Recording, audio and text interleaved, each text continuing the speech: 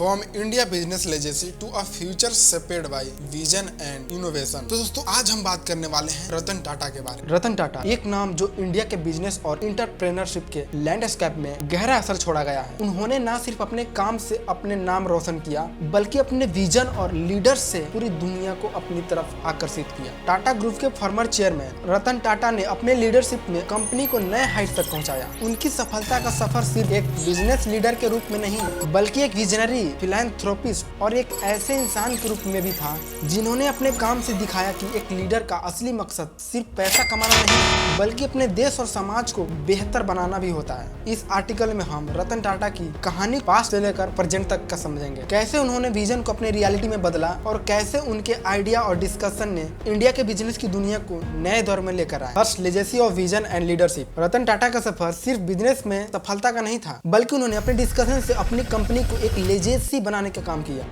If I can just turn a little bit to decision making for a second. You've said before that I don't believe in taking right decisions.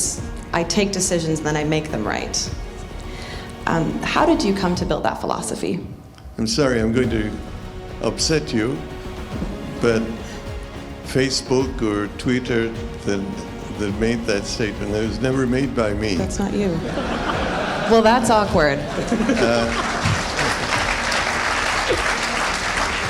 And so it's been a साल 1937 में मुंबई में पैदा हुआ रतन टाटा ने अपनी education की शुरुआत मुंबई से की। उसके बाद उन्होंने यूएसए की कॉर्नेल यूनिवर्सिटी से आर्किटेक्चर ग्रेजुएशन की, लेकिन उनका असली पैशन बिजनेस और एंटरप्रेन्योरशिप था। साल 1971 में उन्होंने टाटा ग्रुप का रिस्पॉन्सिबिलिटी संभालना शुरू की। टाटा ग्रुप तब तक एक स्टेबलिश्ड कॉन्ग्लोमेरेट था, लेकिन रतन टाटा ने अपने विजन और इनोवेटिव आइडिया से इसे नए दौर में ले आए। उन्होंने टाटा ग्रुप के एक ग्लोबल ब्रांड बनाया और उन्होंने एक कुछ ऐसे सिग्निफिकेंट इक्वेशन किए जो टाटा ग्रुप के फ्यूचर को शेप करने वाले थे। Second, Ratan Tata visionary decision. जब टाटा ग्रुप को रतन टाटा ने अपनी लीडरशिप में लिया तब कंपनी का ग्रोथ का रास्ता ऐसा नहीं था। उन्होंने सबसे पहले अपने लीडरशिप स्टाइल को रीडिफाइन किया। रतन टाटा के ये विजन था कि हर बिजनेस डिसीजन सिर्फ फाइनेंशियल सक्सेस पर नहीं बल्कि सोशल रिस्पांसिबिलिटी पर भी फोकस करें।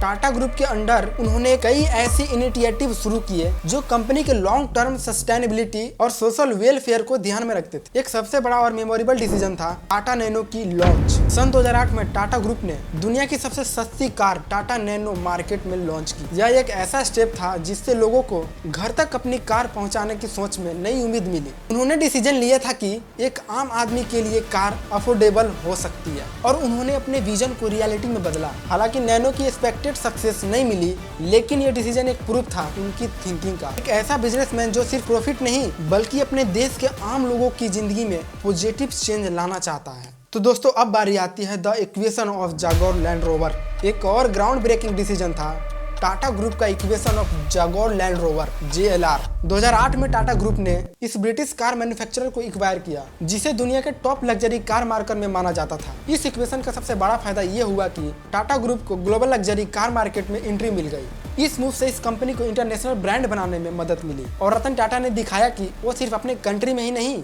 बल्कि पूरी दुनिया में अपने बिजनेस को एक्सपेंड करने के लिए रेडी हैं। जागोर लैंड रोवर का इक्वेशन टाटा ग्रुप की ग्लोबल एक्सपेंस को बढ़ाने में एक पिवोटल मोमेंट साबित हुआ। इस डिसीजन से ये क्लियर हुआ कि रतन टाटा का विजन बिजनेस को एक्सपेंड करना और ग्लोबल स्टेज पर इंडिया की रिप्रेजेंटेशन करना।